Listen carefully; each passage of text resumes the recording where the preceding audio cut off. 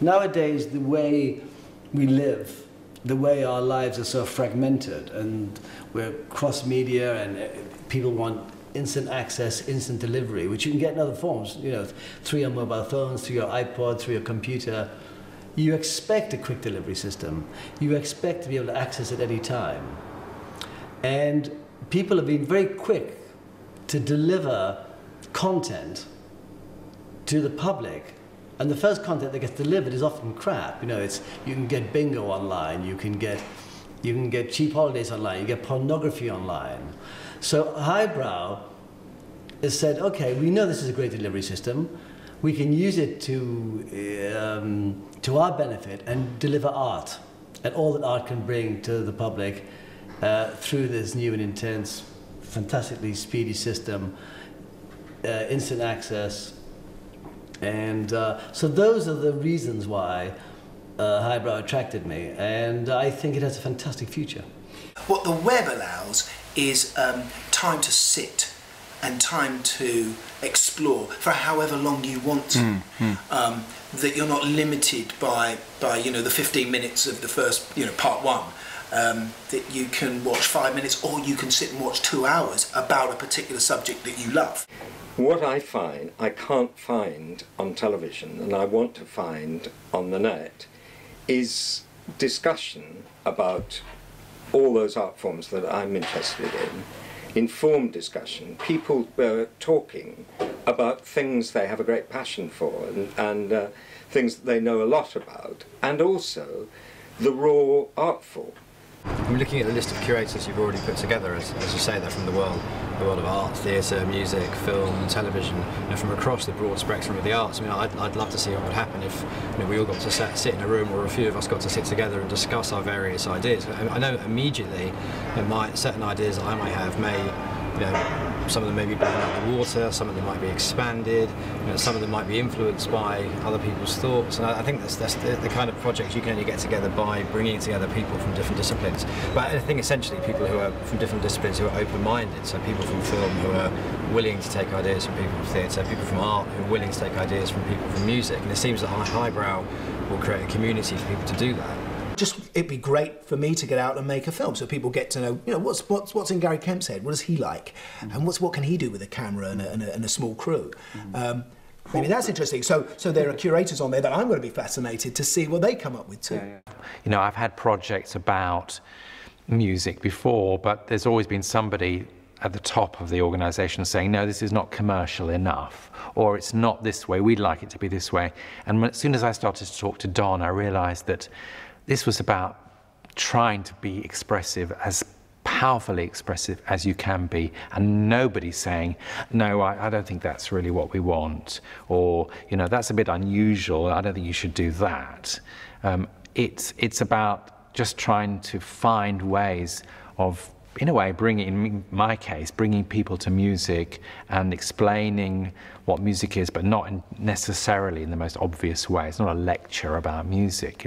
It's showing music through different forms and in different formats. And I think we've just started on this exploration, and it's already fantastic, because I feel free in the idea that, you know, nobody's saying, you won't be able to do that, because we don't do that sort of thing.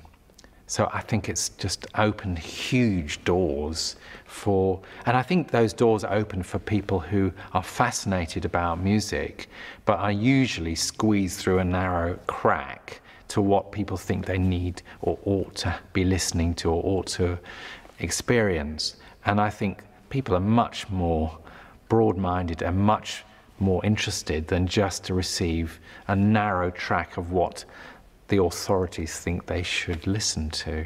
And I think this is a fantastic opportunity to give them something which is stimulating possibly across the board. I mean, that there is a lot of control being given to the curators, and so in a way there'll be no one to blame but themselves if it doesn't come out well. No producers to complain about. But also the exciting thing is that, you know, you've not got to shoot. Everything you shoot isn't going to be all just condensed down into one half an hour or hour programme. That that actually there are layers within layers that you'll be able to look into if things interest you more, or you want to look at this deeply. That's exciting. We can shoot a long interview with someone. Yeah, we might take some sound bites out of that interview and put it in the main film, but you can also look at that interview. That sounds exciting. So in some ways, Hibrow to me is a fairly amusing name, purely because it's a play on how the arts are sometimes perceived in the traditional media, particularly by television. I mean, it's very difficult these days to see, for example, theatre on television, opera on television, classical music on television. More popular mediums and films and pop music are served partly, but are served very limitedly. And I think Hibrow will actually, what Hibrow should show is that these arts are not highbrow or exclusive. I mean, the accessibility of Hibrow is something that really excites me. I mean, the fact that for free people are going to be able to globally tap into work which is usually shown maybe nightly, in the case of theatre, to a few hundred people, very expensively. It's something which the cinema circuit has tapped into recently on a very small level, showing opera to film audiences. But still, even if you're going to go and see opera in a cinema in London, which people can do now, you're still going to be paying roughly 25 quid a ticket to see that. So you're going to be paying the same price you would be paying for a cheap seat in the Royal Opera House to see opera in a cinema in London, and that's not particularly attractive to me as an idea. I think it's a false idea of democratising the arts, whereas this is a very real idea of democratising the arts. It used to be true that when you watched any film content on the net, that it was it was kind of quite grainy, and it was a bit like time travelling, because it was a bit like looking at 16mm film from the 1960s. The quality has improved so greatly in the past couple of years, with the increasing speeds of broadband and the quality of an image on a screen.